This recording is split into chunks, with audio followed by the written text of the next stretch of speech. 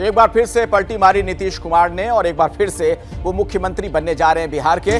कल शपथ ग्रहण समारोह है और आरजेडी की तरफ से ट्वीट करके जानकारी जो दी गई है, कल दोपहर 2 बजे का वक्त इसके लिए बताया जा रहा है, शपथ ग्रहण समारोह के लिए। आइए सीधे हम आपको पटना लिए चलते हैं। हमारे वरिष्ठ सहयोगी प्रकाश कुमार लगातार हमारे साथ जुड़े हुए हैं।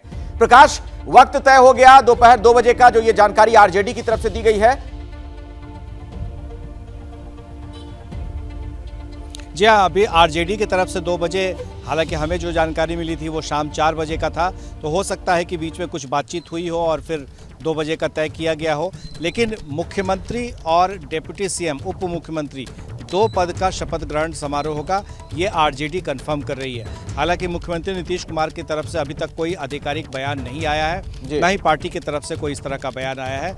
आरजेडी की तरफ से जरूर ये बयान आ गया है। अब देखना होगा कि कल सुबह में क्या होता है, क्योंकि रात भर मंथन होगा कैसे क्या आगे बढ़ना है। चलिए, अब एक बात और बताइए प्रकाश, आपका आकलन क्या कहता है? जिस तरीके से एक जानकारी ये निकलकर सामने आ रही है कि एक संभावना है कि नीतीश कुमार 2024 में पीएम पद के दावेदार हो सकते हैं, इस रणनीति के तहत हो सकता है 2025 से पहले वो दिल्ली का रुख करें, तो क्या तेजस्वी के लिए वो रास्ता छोड़कर जाएंगे, रास्ता बनाकर जाएंगे?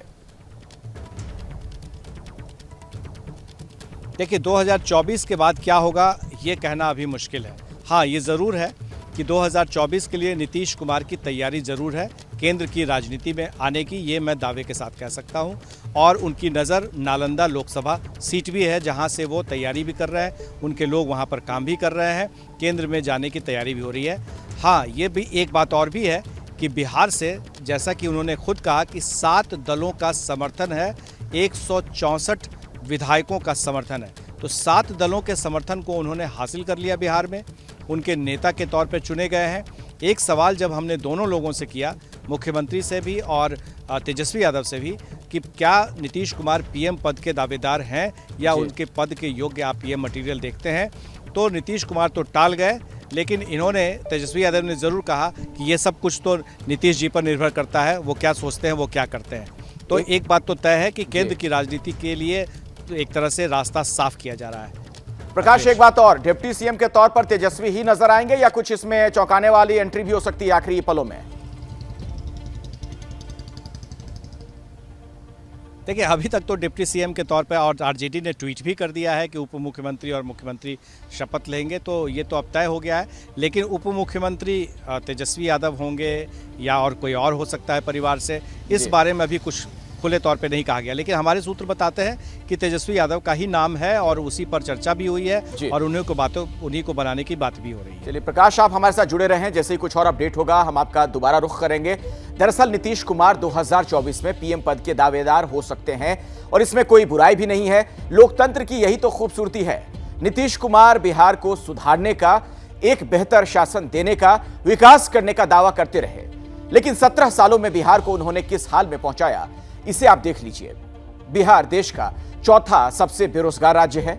यहां बेरोजगारी दर है 18.8%। यहां देश की सालाना प्रति व्यक्ति आय 1.5 लाख रुपए है, वहीं बिहार की 50,555 रुपए।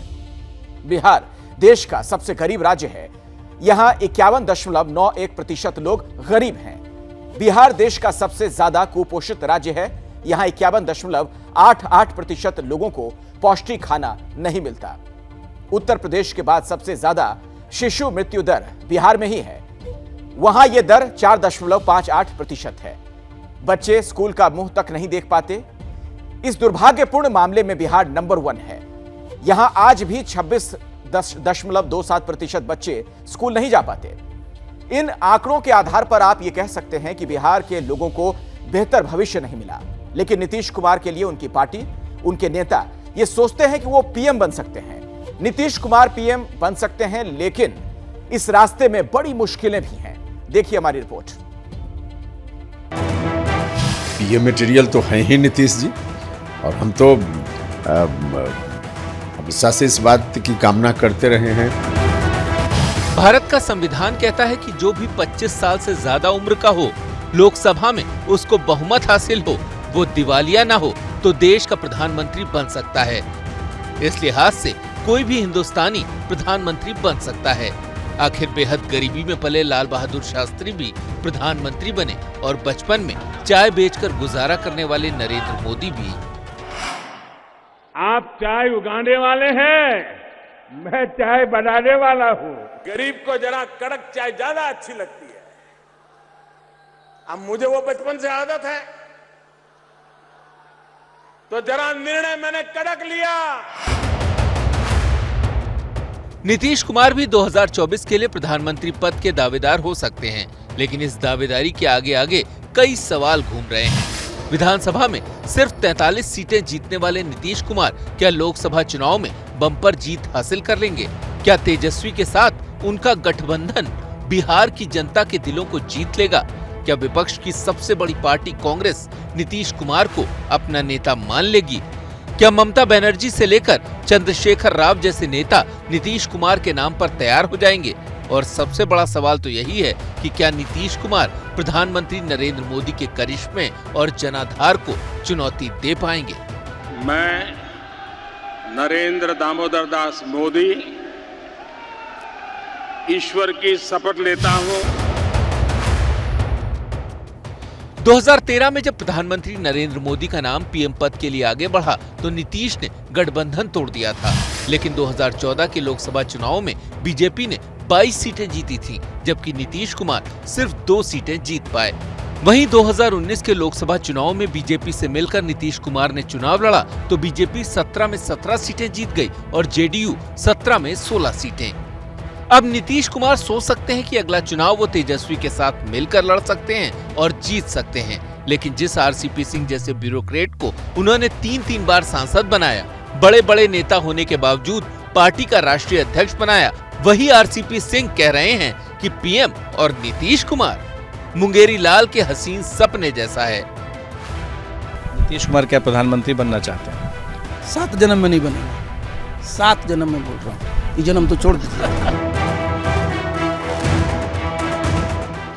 बिहार में जेडीयू, आरजेडी और कांग्रेस के महागठबंधन ने 2015 के विधानसभा चुनाव में बीजेपी को हरा दिया था, लेकिन अगले लोकसभा चुनाव में भी यही उदाहरण दोहराया जाएगा, इसकी क्या गारंटी है? आखिर पिछले लोकसभा चुनाव में यूपी में एसपी और बीएसपी ने मिलकर चुनाव लड़ा, फिर भी बीजेपी ने उनको बुरी तरह हरा दिया।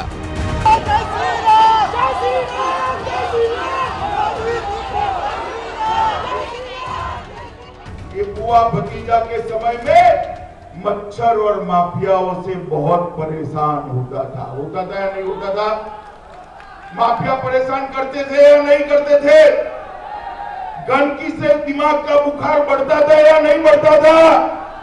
ये भारतीय जनता पार्टी की योगी सरकार बनी और माफिया न जाने कहां पलायन कर गए हैं। अब नीतीश कुमार के सपने सही हैं तो अगले लोकसभा चुनाव में उन्हें प्रधानमंत्री नरेंद्र मोदी की मजबूत छवि से टकराना होगा।